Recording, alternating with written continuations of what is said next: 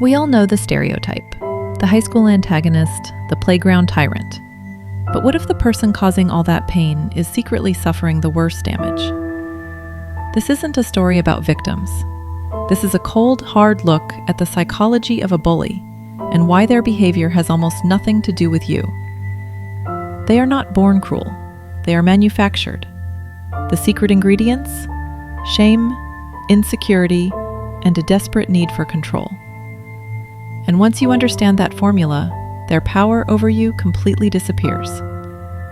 Let's start with the one thing every bully needs to function. It's not physical strength, it's silence. The silence of the victim, and crucially, the silence of their own trauma. The true driver of bullying is a profound lack of control in their own lives. They weren't powerful at home, so they seek power elsewhere. We are going to unpack the 3 psychological forces that create a bully: the cycle of violence, the need for self-worth, and the absence of empathy. Because the only way to truly defeat a bully is not to fight back, but to see them for the wounded child they are. With the behavior of a bully is simply a learned language. It is a tragic echo. They are often replicating the power dynamics they experienced at home. When a child is constantly criticized, shamed, or physically punished, they internalize one belief: power is control. The emotional pressure inside is immense. They can't lash out at the source, their parents or guardians, so they find a low-risk pressure valve, someone smaller, quieter, or less connected. They become the source of pain, desperately trying to prove they are not the one being hurt. Neglect creates a void. A child starving for emotional connection will lash out for any attention, even negative. When parents are narcissistic, the child's entire existence is about serving the parent's ego. There's no room for their own pain. This instability fosters deep insecurity, driving a need to control their environment, including other children. They learn that vulnerability is a weakness, and aggression is the only way to avoid becoming a target themselves. This cycle perpetuates. Hurt people hurt people. They are simply passing on the pain they received. The burden of unaddressed trauma becomes a heavy, invisible weight they carry daily. The absence of a secure attachment figure forces them to find safety in perceived power. They are trapped by their learned behaviors, unable to see alternative ways to interact. Bullying is a performance, a desperately scripted attempt to manage their reputation. They build their entire self-esteem on dominance. They need to be superior.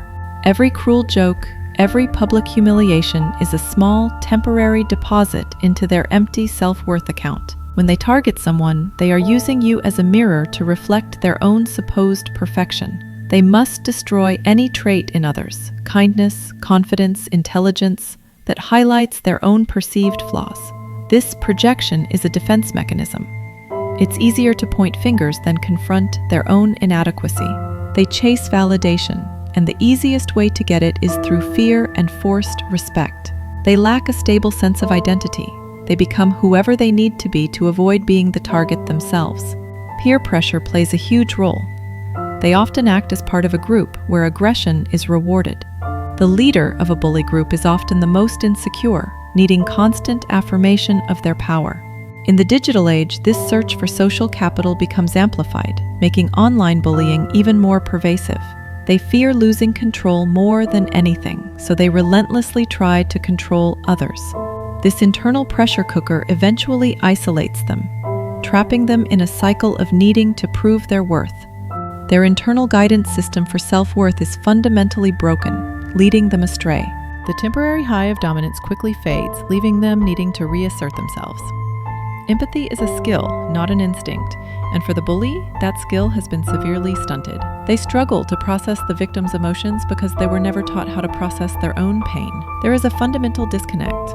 They see others not as people, but as objects to be used for emotional regulation. This is what separates a bully from a mean kid. The bully consistently fails the "how does this make them feel" test.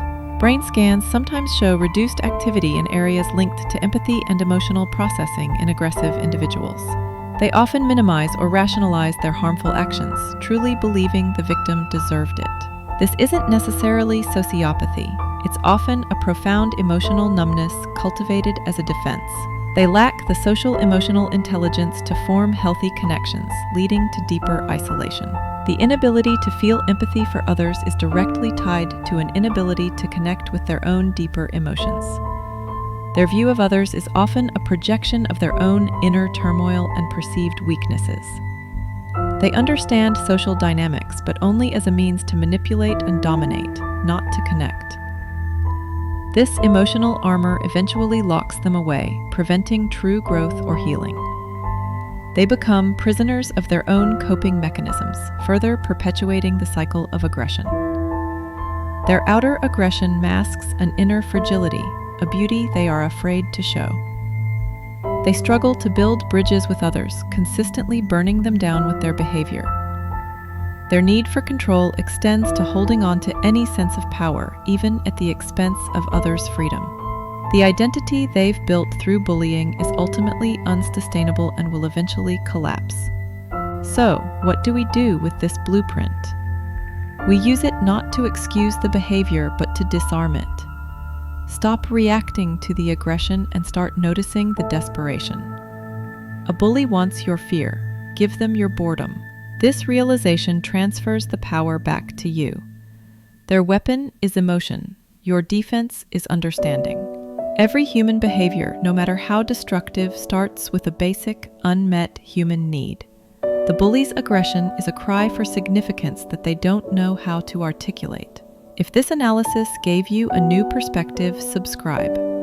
We explore the hidden gears of the human mind every week. And remember, you are not responsible for their pain, but you are in control of your response.